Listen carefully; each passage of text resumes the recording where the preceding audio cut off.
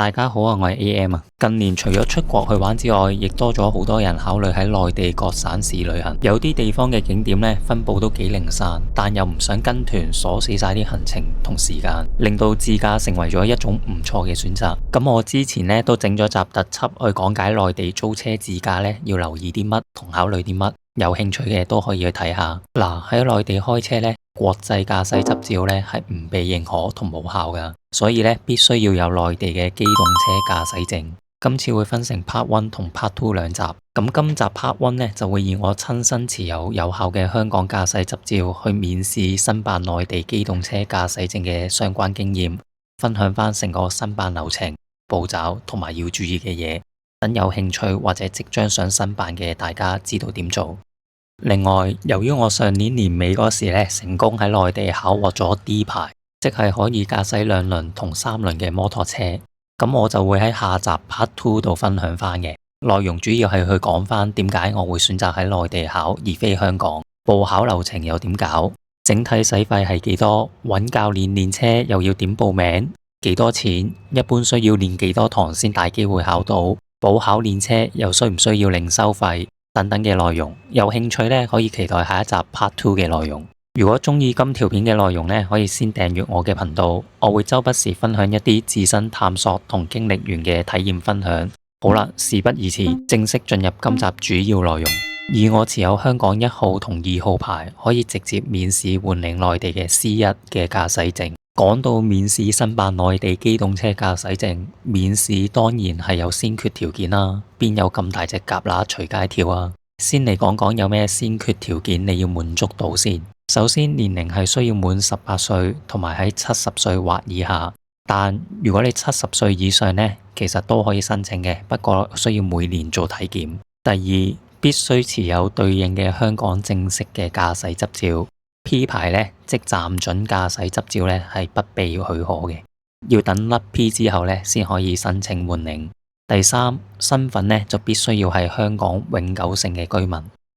如果以上先決條件都滿足晒呢，咁接落嚟就睇下有邊啲必要嘅文件或者資料要有。咁第1至第3嘅文件或資料呢，其實都可以喺申請當日櫃台處理到，所以記得帶齊正本就得噶啦。而第4嘅相片呢，亦都可以同日喺車管所裏邊啲影相機裏邊影埋嘅，確保符合到要求。第5呢個呢，真係要提前自己去申請好，因為目前交警121、123同埋深圳交警呢，都需要用內地手機去收驗證碼同埋身份認證嘅。至於第6呢個呢，其實近期你有喺深圳市有租過酒店住呢，佢喺系統呢都有記錄可以揾到嘅，亦都唔需要你特登去揾酒店去出翻個證明，方便咗好多。咁先決條件同必要文件同資料都清楚同滿足晒之後呢，就正式講講個辦理流程啦。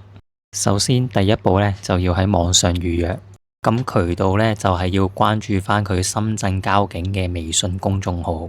註冊好之後就登入翻賬號，之後就會嚟到呢個頁面，然後揀翻駕駛證，最後呢，會見到香港機動車駕駛證免試換領，跟翻佢要求去揀翻相應嘅選擇就可以噶啦。不過提大家啦，如果預約一啲比較熱門嘅車管所呢，例如深圳南山、福田嗰啲呢，建議大家要提前1至2個星期時間去預約。第2步呢，就根據預約好當日提早到車管所裏邊做現場體檢同影相。而家車管所裏邊呢，都有一啲自助體檢、影相一體機嘅，非常之方便。咁相關收費嗰啲呢，我後邊會羅列一個表去展示晒出嚟嘅。體檢主要係做視力、聽力、肢體協調性嘅測試啦。咁聽力、肢體協調性呢，都相對簡單啲嘅。咁視力主要係測試你有冇色盲嘅問題啦。接落嚟呢，我會展示5張石原氏色盲測試圖俾大家試下嘅。咁難度呢，會逐步提高。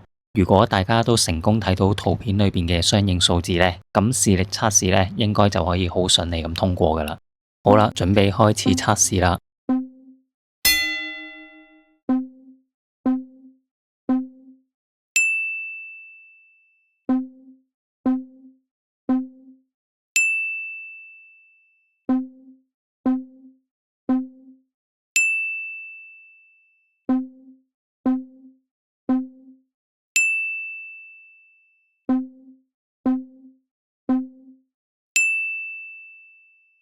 好啦，過足癮之餘呢，先預祝各位成功通過體檢，之後就會到第3步，就係到窗口辦理手續，按照預約好嘅時間呢，喺窗口度攞號，跟住等叫啦。之後就提交啱啱所講必要嘅文件同資料，連同啱啱通過體檢嘅證明同埋上邊嘅回執，交齊之後呢，就等工作人員核對資料之後呢，有一份聲明書要你簽嘅，最後就順利到第4步，亦都係最後一步，繳費同領證。工作人員呢會現場出張繳費單俾你，你可以透過微信或者支付寶數碼支付或者現金都得嘅。而領證方面呢，有即場取證或者郵寄取證兩個方式嘅，主要係睇你預約嗰間車管所嘅人流多與少，較少嘅話呢，就一般可以喺1至3個鐘裏邊呢當場領證嘅。而若果當日呢拎唔到，就可以選擇郵寄到香港，但係需要另外支付快遞費，咁大約就30至40蚊人仔左右嘅。整體流程呢，其實都唔係太複雜嘅，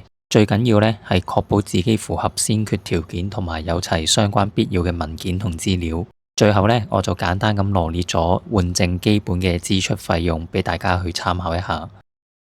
咁呢啲可以話係固定嘅使費。咁當中呢，唔計車錢同埋郵寄費呢，就大約需要550至560人仔之間嘅。